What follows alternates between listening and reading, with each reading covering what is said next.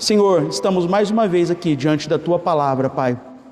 A Tua Palavra que é santa, que é poderosa, para produzir efeitos que nós jamais imaginamos, Pai. Que a Tua Palavra venha de encontro ao nosso coração, confrontando o nosso coração, para que nós possamos a cada dia mais, ó Deus, nos parecermos com o Senhor. Que o Senhor fala a cada coração nesta noite, em nome de Jesus. Amém. Os irmãos me perdoem, um pouquinho de gripe. Irmãos, você já viveu alguma situação na sua vida em que se você não diz, talvez você pensou: eu sou autossuficiente, eu não preciso de ajuda?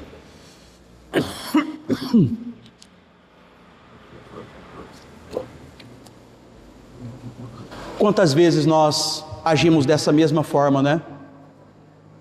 Talvez eu esteja vivendo uma situação que realmente eu não preciso de ajuda. E talvez a minha primeira recusa é pelo fato de eu não estar precisando realmente de ajuda. Mas muitas vezes a minha resposta, a minha recusa, ela revela muito mais do que não estar precisando de ajuda.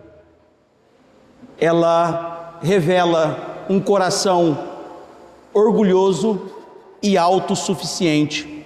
Nós achamos que nós somos autossuficientes diante de muitas vezes a necessidade que nós temos. Isso pode acontecer na minha vida material, na minha vida profissional, na minha vida financeira, na minha vida sentimental, mas isso também pode acontecer na minha vida espiritual. Eu achar que eu sou autossuficiente e que eu não preciso de ajuda, muitas vezes de pessoas, mas isso pode acontecer também de nós acharmos que nós não precisamos da ajuda de Deus. E nós estamos aqui diante de um texto que é um texto muito importante para a nossa meditação. No ano de 60 da nossa era, da era cristã, aconteceu um terremoto que atingiu toda a região da Ásia Menor, onde estava inclusive a igreja de Laodiceia. E todas essas cidades, elas solicitaram e precisaram de ajuda do Império Romano. Muitas cidades não conseguiram se reconstruir independentemente, então eles precisaram dessa ajuda. Mas aqui, Laodiceia, ela tomou uma decisão totalmente diferente. A cidade recusou a ajuda. Seus habitantes acreditavam que eles possuíam riqueza suficiente para reconstruir tudo, sem precisar da ajuda do império. E eles conseguiram de fato. Orgulhosamente, Laodiceia se reergueu sem apoio externo, sem apoio e ajuda do império. E para o mundo antigo, meus irmãos, isso era admirável, porque a gente está falando de um outro contexto. Nós não estamos falando de um contexto em que as cidades modernas muitas vezes são autossuficientes. As cidades naquela época eram muitas vezes províncias que dependiam do império, que dependiam de outras cidades. A cidade se tornou então símbolo de prosperidade, estabilidade e também independência. Mas existe um detalhe muito importante aqui. Uma cidade, ela pode até se reconstruir, mas ela ainda assim estar em ruínas espiritualmente. Ela pode até recuperar a sua economia e ainda assim perder a sua dependência de Deus. Ela pode parecer forte por fora, enquanto por dentro ela está adoecendo. E quando nós chegamos aqui em Apocalipse, no capítulo 3, nós encontramos uma igreja vivendo exatamente dentro desse ambiente, sem perseguição, sem escândalos aparentes, sem grandes crises externas, mas profundamente influenciada pela cultura ao seu redor, pela cultura estabelecida naquela cidade, porque nós estamos falando de uma cidade e de uma igreja inserida nesta cidade. A cidade dizia: não precisamos de ajuda, e a igreja continuou a viver dessa forma também, como se dissesse a mesma coisa, exatamente a mesma coisa: eu não preciso de ajuda. Eles diziam: estou rico, mas no texto nós vemos que Cristo dizia: tu és pobre. Eles diziam: eu vejo claramente. Cristo dizia: tu és cego.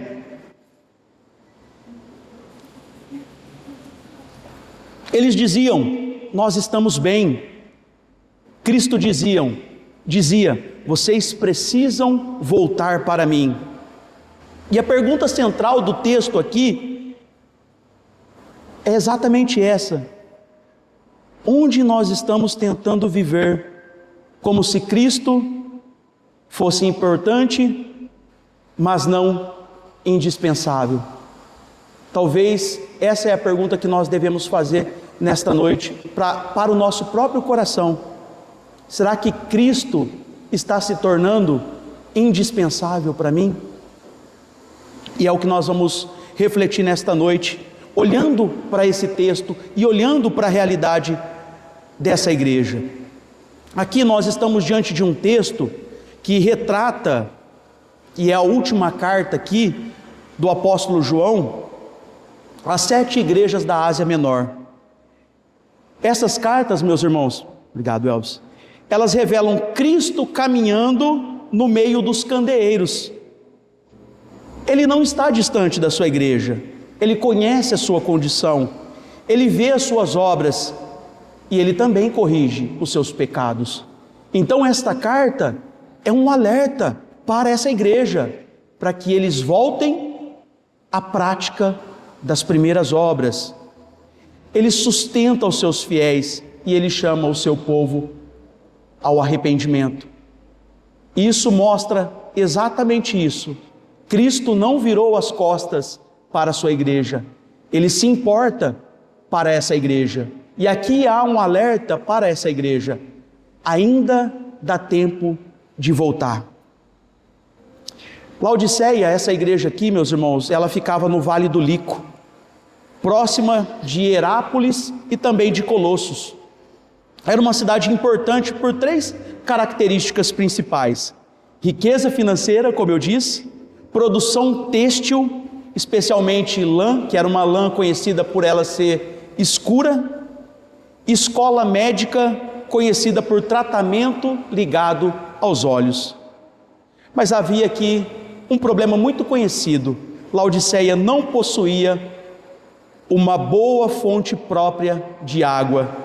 A cidade dependia de um sistema hidráulico que vinha lá de Hierápolis e que trazia essa água por aquedutos e tubulações. E aqui a gente está falando do contexto antigo, como eu disse. Imaginem vocês essas tubulações do mundo antigo. Hierápolis aqui era conhecida por suas águas quentes, usadas para banhos terapêuticos naquela época. Colossos era conhecido por águas frias e refrescantes.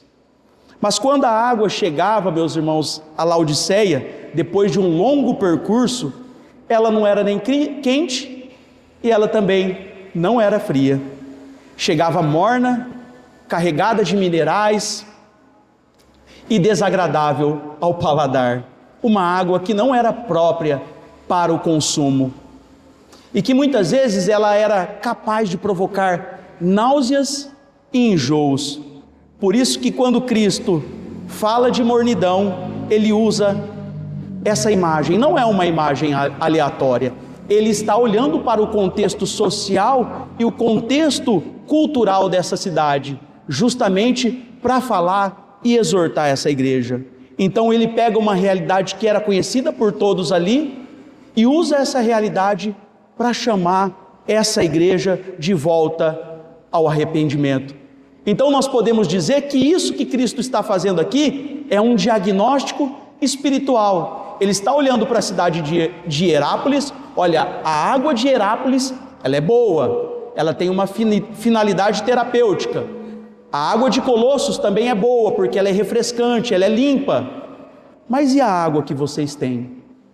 A água de vocês é morna, ela é suja, é carregada de minerais, ela não é boa para o consumo. Ou seja, o que Cristo está falando aqui através do apóstolo João é sobre utilidade. Uma igreja ser útil ou não. Justamente por isso que ele fala que está a ponto de vomitar essa igreja. Uma igreja que se tornou inútil. A igreja tinha se tornado parecida com a água da própria cidade.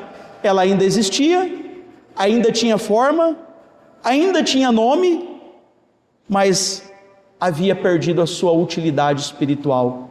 Essa é a realidade dessa igreja aqui, meus irmãos.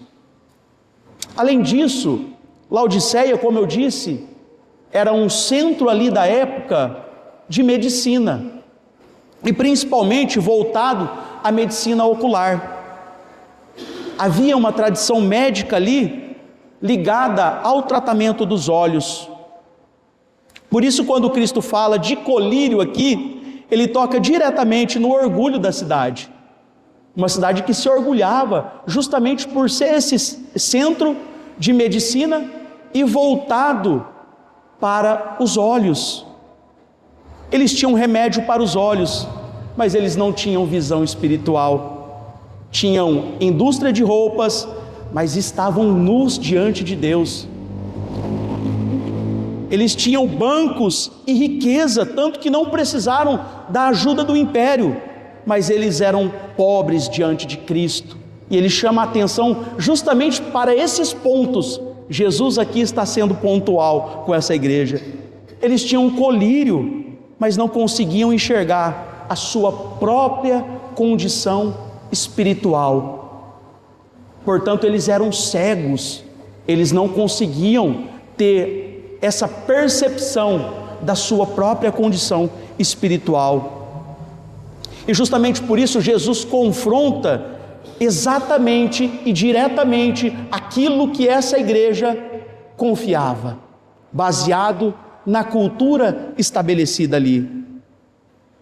E nesse texto, meus irmãos, nós aprendemos que Cristo, em sua graça soberana, confronta, disciplina e restaura também o seu povo, para que volte a encontrar nele a sua verdadeira suficiência. Porque a suficiência da igreja não está naquilo que ela tem, nos recursos que ela possui, financeiros, econômicos, materiais. A suficiência de uma igreja está na suficiência de Cristo. Cristo é suficiente para a sua igreja. E a primeira coisa que nós aprendemos aqui no texto é que Cristo, ele confronta a ilusão da autossuficiência. Ele confronta exatamente este ponto que essa igreja estava se apoiando e que muitas vezes a igreja se apoia hoje também. Olha só o que ele diz, dos versículos 14 a 17: ao anjo da igreja em Laodiceia, escreve estas coisas, diz o Amém, a testemunha fiel e verdadeira, o princípio da criação de Deus. Conheço as tuas obras, que nem és frio nem quente. Quem dera fosses frio ou quente. Assim, porque és morno e nem és quente nem frio, estou a ponto de vomitar-te da minha boca. Pois dizes: estou rico e abastado e não preciso de coisa alguma. E nem sabes que tu és infeliz, sim, miserável, pobre, cego e nu. Jesus aponta aqui para o orgulho desse povo, dessa igreja, e ele desmascara esse orgulho, apontando justamente para a miséria, para a condição humana dessas pessoas, pecadores, miseráveis, cegos e nus. Isso que essas pessoas são diante de Deus. E isso que nós somos também diante de Deus. E Ele se apresenta aqui de 3 formas para essa igreja. Ele é o Amém. O Amém aqui é uma pessoa. E Jesus é essa pessoa. Ele é a testemunha fiel e verdadeira. E Ele é o princípio da criação de Deus. E a palavra amém aqui é muito importante nesse contexto, porque ela comunica aqui uma firmeza, a verdade e certeza. Muitas vezes a gente pronuncia amém da forma errada, porque nós pronunciamos amém na forma de interrogação, não é verdade? E o amém é sempre uma afirmação. Então, quando eu digo amém, eu estou dizendo, assim seja, de fato é isso é verdadeiro. Então, o amém é sempre uma afirmação, ele não é uma interrogação. E Jesus aqui, ele se coloca como o amém, ou seja, ele é a palavra verdadeira, ele é a firmeza, ele é a certeza. Ele não fala aqui como alguém que está dando uma opinião, ele fala aqui como alguém que a palavra é definitiva. Eu conheço as tuas obras. Não adianta você tentar se esconder por baixo de uma capa, de uma aparência. Eu conheço o profundo do seu ser. É justamente isso que ele está querendo dizer aqui. E aqui outro termo que ele usa, a expressão testemunha fiel e verdadeira, mostra que o diagnóstico de Cristo não falha. Ele é a testemunha fiel e verdadeira, justamente porque nada escapa dos seus olhos. Ele é onisciente, ele está em todos os lugares, e nós podemos, meus irmãos, nos apresentar de certa forma para a igreja, para os irmãos, para as pessoas, mas Cristo conhece a intimidade e o profundo do nosso coração e do nosso ser. Ele nos desmascara, porque Ele está em todos os lugares, Ele conhece tudo. Depois ele se apresenta como o princípio da criação de Deus. E aqui é importante esclarecer, porque princípio não significa que Cristo foi criado, porque muitos hereges ao longo da história pegaram esse texto como se Cristo tivesse sido criado. O sentido é de origem, fonte e autoridade sobre a criação. Cristo é aquele por meio de quem todas as coisas foram feitas e foram criadas. É isso que João declara lá no seu Evangelho, no capítulo 1 e no versículo 1. O Verbo era Deus, o Verbo estava com Deus, Ele estava presente lá na criação, e isso significa justamente isso. Ele se apresenta como o princípio da criação de Deus, aquele que estava presente lá no início, na criação, e aquele também que é o Criador de todas as coisas, inclusive da nossa vida. Então nada escapa dos seus olhos.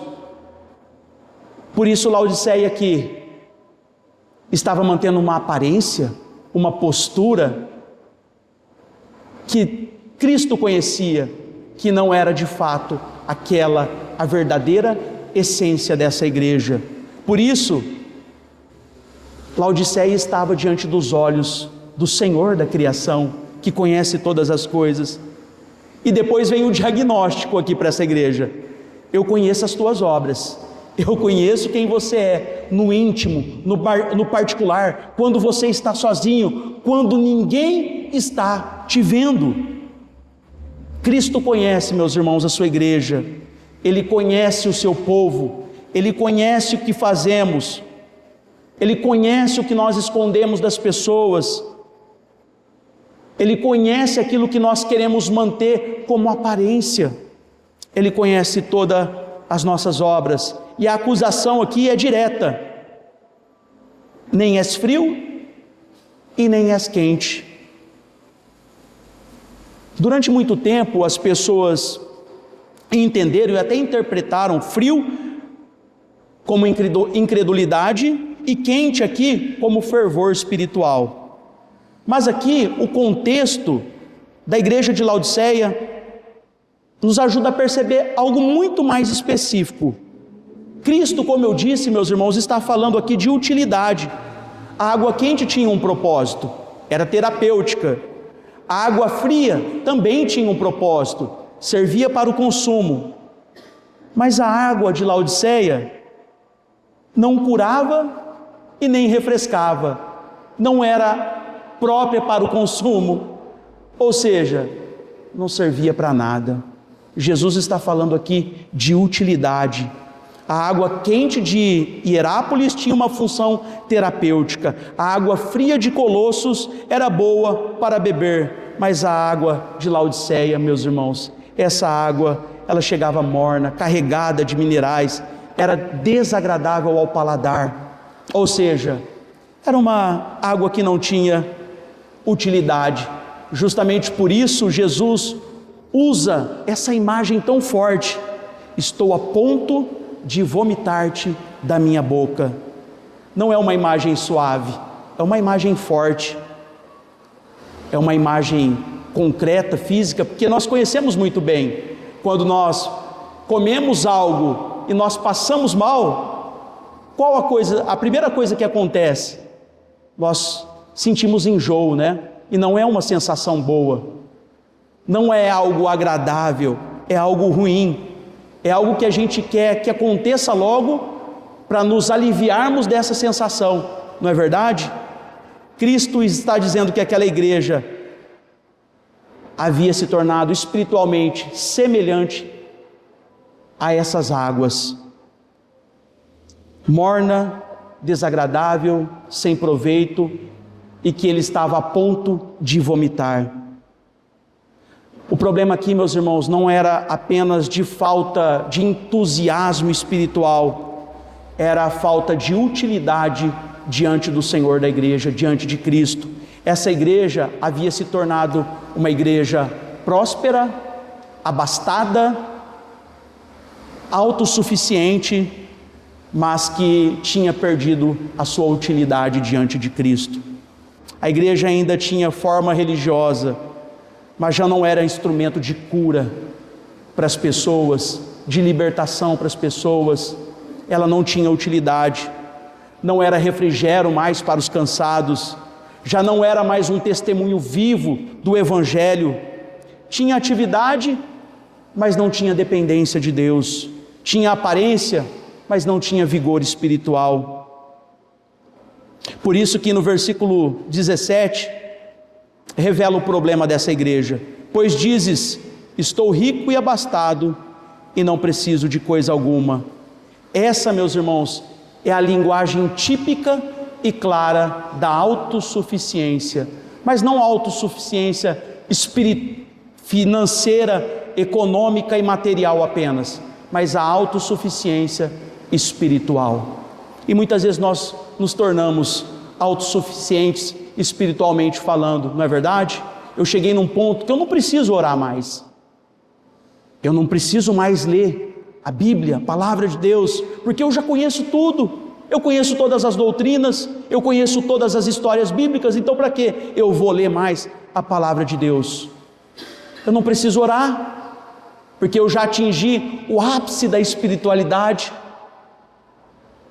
Mas esse texto revela a condição daquela igreja, a condição do coração daquelas pessoas, e revela também a condição do nosso coração hoje. Somos miseráveis, pobres, nus diante de Deus, e precisamos incessantemente da graça e da misericórdia de Deus todos os dias da nossa vida. É isso que confronta o nosso coração. Muitas vezes nós frequentamos o culto, mas sem arrependimento. Nós continuamos cantando todos os dias, mas sem quebrantamento algum.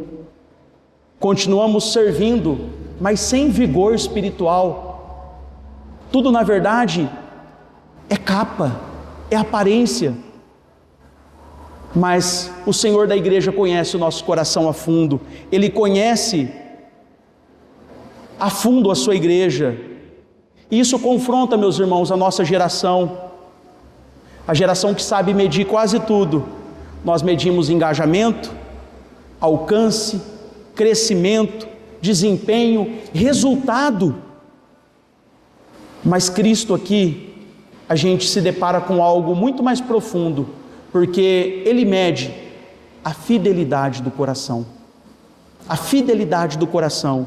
Isso confronta o nosso coração hoje. Não adianta nós termos recursos financeiros, econômicos, materiais, uma igreja pomposa, se nós não estamos sendo fiéis ao Senhor no nosso dia a dia, no nosso cotidiano, na vida ordinária.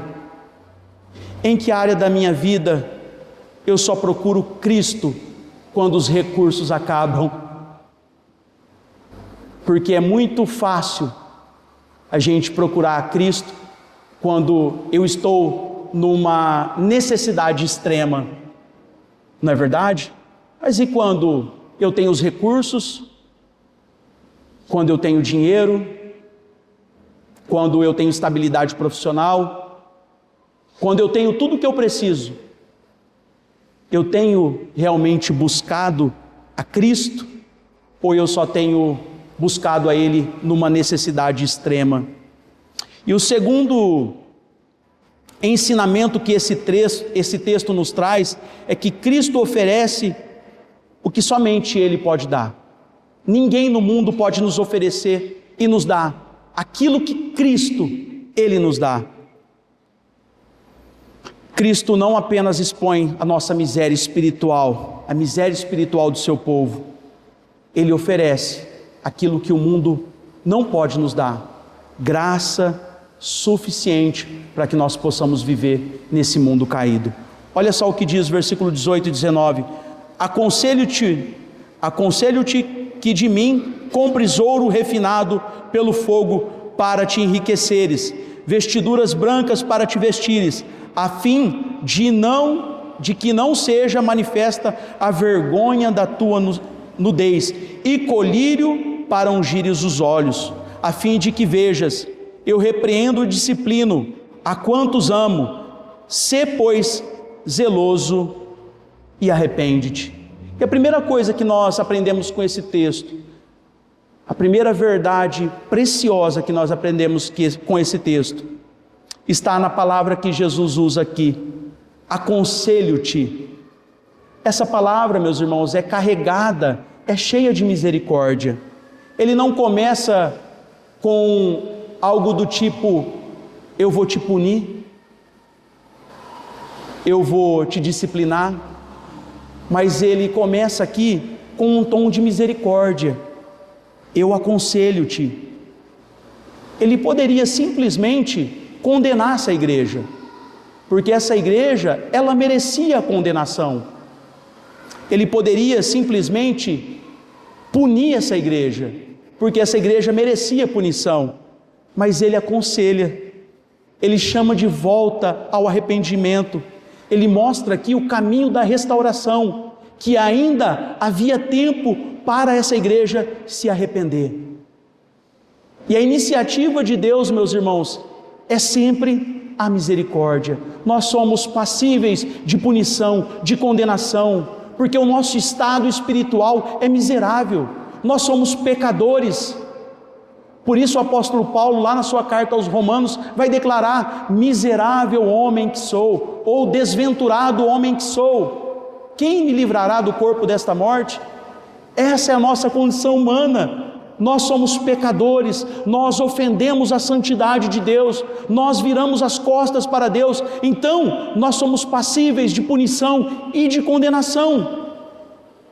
Mas Ele nos trata com misericórdia, Ele trata essa igreja com misericórdia, Ele mostra aqui o caminho da restauração. E o conselho de Cristo tem 3 partes aqui, 3 caminhos. Primeiro, comprar ouro refinado pelo fogo.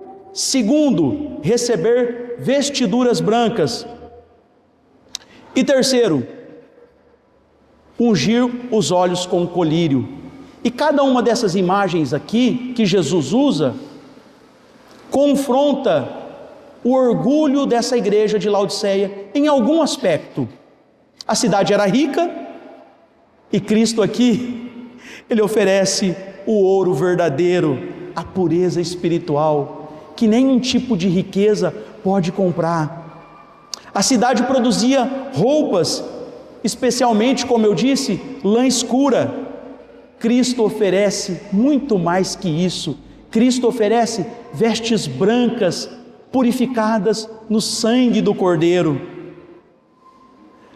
A cidade aqui, meus irmãos, e a igreja estava inserida nesse contexto, tinha essa escola médica, uma tradição oftalmológica, mas nem mesmo isso era capaz de abrir os olhos espirituais desse povo, dessa cidade e também dessa igreja.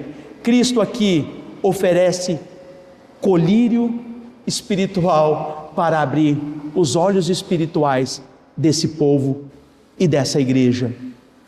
O ouro refinado pelo fogo aponta aqui para uma riqueza que não pode ser destruída, nem mesmo pelas maiores provas que nós atravessamos neste mundo.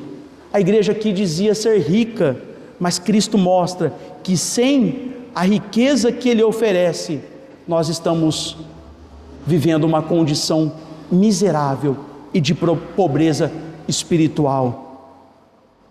A verdadeira riqueza, meus irmãos, é estar com Cristo, é viver diante dEle, é ter essa pureza espiritual diante dEle. As vestiduras brancas também, outra imagem que ele usa aqui, aparecem aqui em Apocalipse como símbolo de pureza, vitória e justiça concedida por Deus. É algo que nenhum dinheiro, nenhuma riqueza desse mundo pode comprar.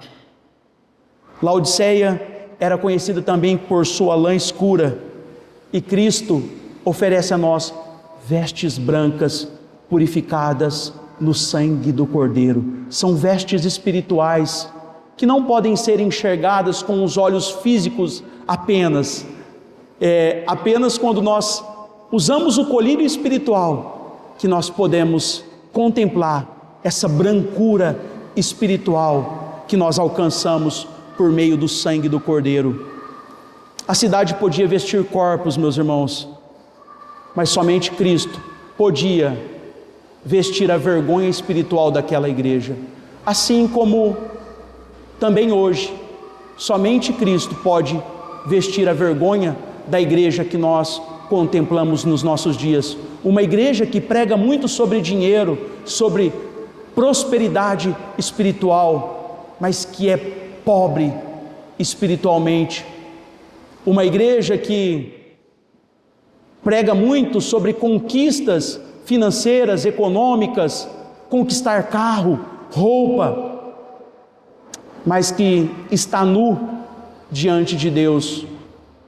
Uma igreja que prega muito sobre vitória, sobre triunfo, mas que ainda não alcançou a justiça de Cristo.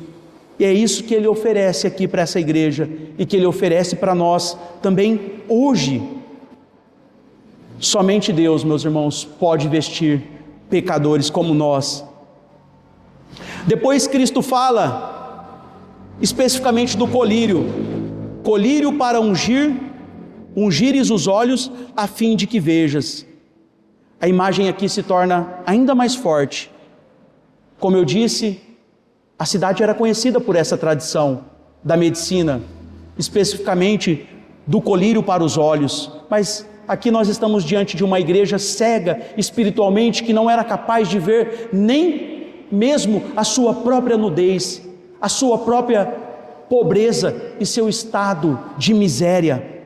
Então eles precisavam de algo muito mais profundo, não apenas o colírio que eles já tinham para os olhos, mas o colírio para abrir os seus olhos espirituais e ver a sua condição humana e dessa forma voltarem ao arrependimento.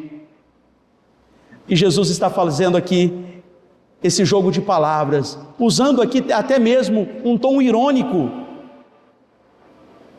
dizendo que, olha, vocês produzem remédio para enxergar, mas não conseguem ver nem mesmo a sua condição espiritual. Vocês estão cegos espiritualmente. É possível enxergar tudo no mundo, tudo, mas ainda assim continuar cego espiritualmente, sem enxergar o nosso Criador, sem enxergar Deus. Por isso Cristo não nos oferece apenas, meus irmãos, informação, Ele oferece também visão, para que a gente possa ver além dos nossos olhos carnais, físicos, para que a gente possa ver a nossa própria condição humana, a nossa miséria, e dessa forma a gente possa voltar-se para Ele. Depois Cristo vem aqui com um tom pastoral: eu repreendo e disciplino a quantos amo. Cristo não diz: eu rejeito vocês pela condição que vocês se encontram. Ele diz: eu disciplino vocês.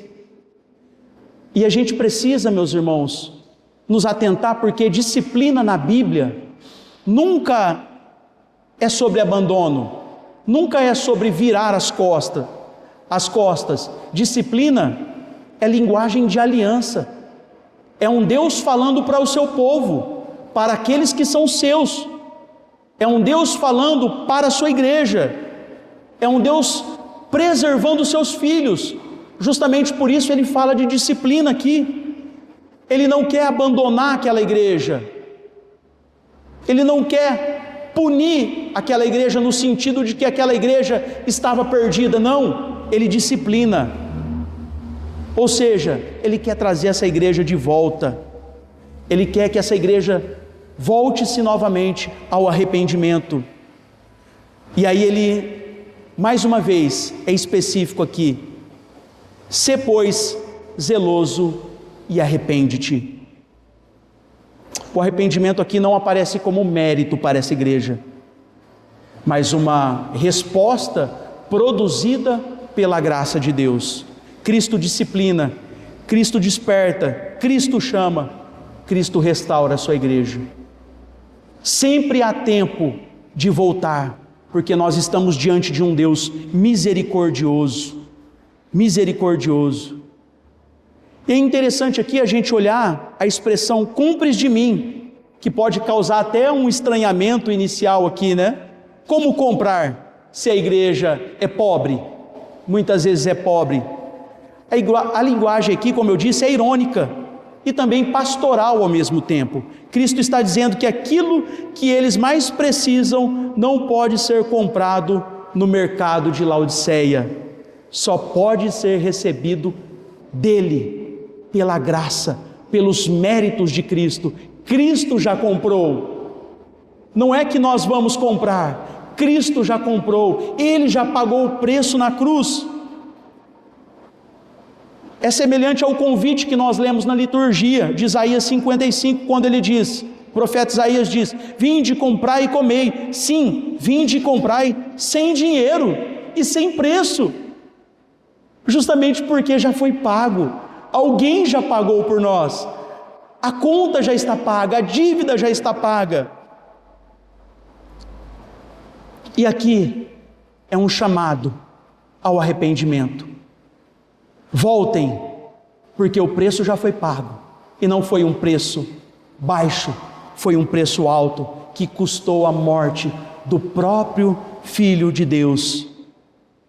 Cristo chama aqui essa igreja a deixar a mornidão e a voltar à dependência do Senhor. Não existe nenhuma igreja autossuficiente, meus irmãos. Toda igreja é dependente do Senhor. Pense no templo mais sofisticado, no templo mais moderno, com todos os recursos que você possa imaginar. Essa igreja é dependente do Senhor. E Ele disciplina aqueles a quem Ele ama. Nossa geração, meus irmãos, nós temos muitos colírios sendo oferecidos. Temos análises, diagnósticos, dados, especialistas. As pessoas falam de estratégias para alcançar pessoas, estratégias para lotar as igrejas, mas a única estratégia válida é uma igreja dependente do Senhor, uma igreja que não é autossuficiente, mas uma igreja que é dependente do Senhor. O problema de Laodiceia não era apenas falta de conhecimento, não era apenas falta de recursos, era falta de visão espiritual, enxergar sua própria nudez. E nós só podemos alcançar isso, meus irmãos, quando nós somos confrontados pela palavra de Deus, que é o colírio que nós precisamos. Visão espiritual, não estou falando de algo sobrenatural, não. Visão espiritual é quando nós nos deparamos com a palavra de Deus, ela tira as escamas dos nossos olhos e nós passamos a enxergar, primeiro, a nossa condição humana. Nós somos, como o texto descreve aqui, miseráveis, pecadores, estamos nus diante de Deus e precisamos da graça de Deus, que é suficiente para a nossa vida. Existe um tipo de cegueira especialmente perigosa quando deixamos de perceber que nós somos dependentes dessa graça maravilhosa. Cristo não apenas oferece ouro para nós, Ele oferece a vida eterna, Ele oferece aquilo que o mundo não pode nos oferecer. Ele não oferece apenas vestes físicas para nós, Ele oferece vestes agora purificadas no sangue do Cordeiro. Ele nos oferece justiça baseada nos méritos de Cristo. Ele não nos oferece apenas colírio, Ele abre os nossos olhos cegos pelo pecado. Mas Cristo, meus irmãos, Ele não restaura a sua igreja apenas para corrigir comportamento, Ele restaura para recuperar a comunhão. E aqui está o ponto central, o ápice desse texto para a gente finalizar. Cristo não quer apenas visitar o seu povo, Ele quer ter comunhão conosco, com o seu povo, com a sua igreja. A resposta a esse chamado ao arrependimento aqui não é religiosidade. Não, agora eu preciso ir mais na igreja. Não, agora eu preciso mostrar que eu oro mais, que eu jejuo mais, que eu leio mais a Bíblia. Não, meus irmãos, a resposta aqui não é religiosidade, é a comunhão restaurada com Deus, a comunhão que foi quebrada justamente pela religiosidade, porque essa igreja era religiosa, eles tinham toda a estrutura necessária para serem chamados de igreja, eles tinham recursos financeiros, econômicos, eles eram autossuficientes, mas eles perderam a comunhão com Deus, eles se tornaram mornos, espiritualmente falando.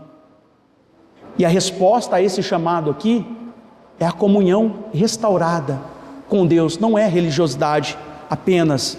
E ele usa aqui essa frase: eis que estou à porta e bato. E geralmente esse texto aqui, ele costuma ser aplicado e usado no sentido do evangelismo individual. E também há verdade nisso, pode até ser. Mas Cristo aqui, Ele não está falando para os não cristãos. Para quem que Ele está falando aqui? Para a igreja. Então, não é contexto de evangelismo, é contexto de comunhão quebrada, aliança quebrada. E eles precisavam voltar ao Deus da aliança, ou seja, restaurar a sua comunhão com Deus. A igreja tinha culto, tinha nome, tinha estrutura, tinha a aparência de suficiência, mas Cristo aqui está onde? Do lado de fora. Aquele que deveria estar no centro, agora bate a porta. É uma linguagem figurada para dizer que eles tinham perdido a comunhão com o Senhor da igreja. Ele está do lado de fora. Olha só, vocês têm culto, vocês têm estrutura, vocês são religiosos, mas o Deus da igreja está do lado de fora, batendo na porta e querendo entrar.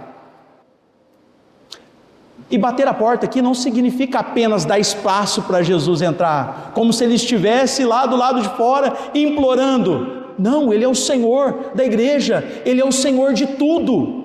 Mas aqui é uma linguagem figurativa para dizer: olha só, vocês perderam a comunhão com Deus. Significa ouvir a voz de Deus, abandonar a autossuficiência e receber novamente o governo do Senhor da igreja. É primeiramente se humilhar diante dele e reconhecer a nossa miséria humana e reconhecer que nós não somos autossuficientes e que nós precisamos dele.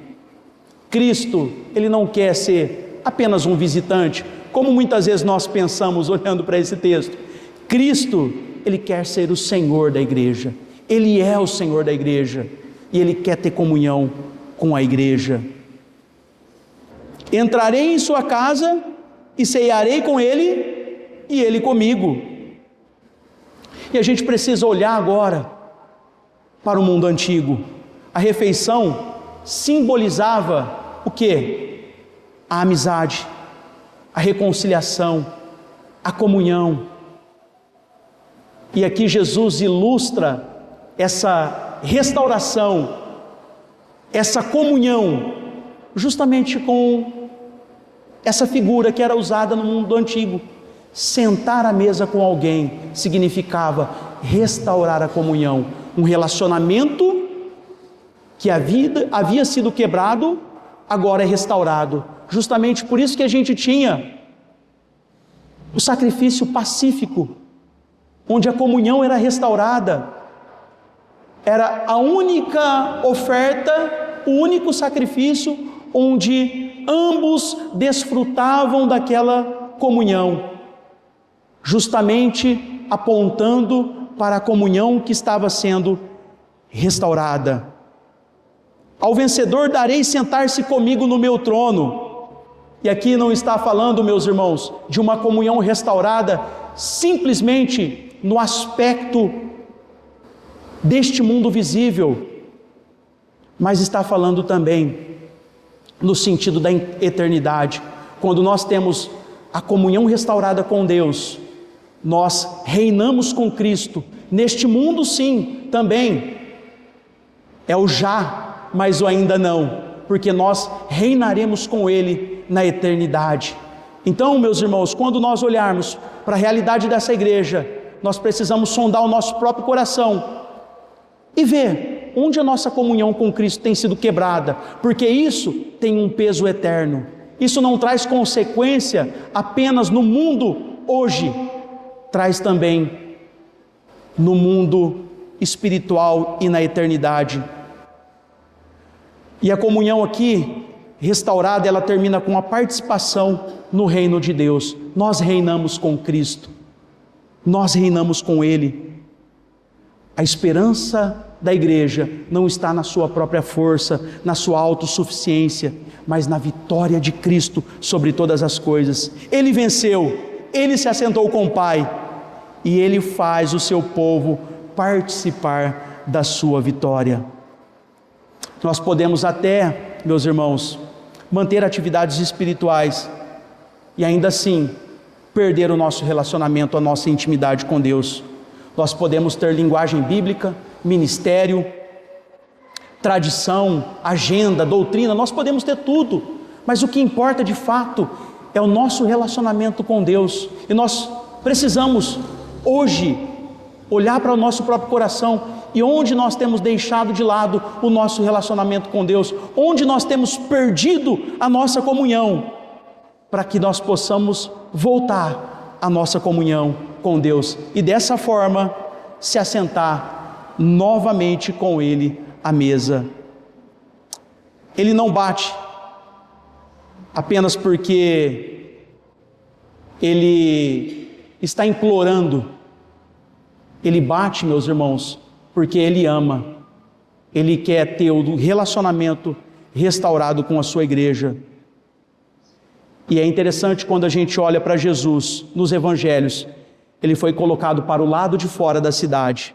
Ele morreu fora dos portões, para que pecadores como nós fossem recebidos na casa do Pai. Ele suportou a exclusão para nos dar acesso ao Pai. Ele foi rejeitado para que nós fôssemos acolhidos. Ele entregou-se para que houvesse reconciliação entre nós e Deus. Que nós possamos nesta noite depender da graça de Deus para que nós possamos novamente voltar a ter comunhão com Deus, para que nós possamos voltar no ponto em que nós perdemos a nossa comunhão com Deus. Vamos orar? Senhor nosso Deus, nós queremos te agradecer, ó Deus, pela tua infinita graça, misericórdia e amor que tem nos alcançado a cada dia. Muito obrigado, Jesus. Obrigado porque o Senhor não desistiu de nós. O Senhor entregou a sua própria vida ao escárnio, ao sofrimento, à vergonha, para que nós tivéssemos o relacionamento restaurado com Deus. Muito obrigado por esta obra tão maravilhosa. Continua conosco, Pai, em nome de Jesus. Amém.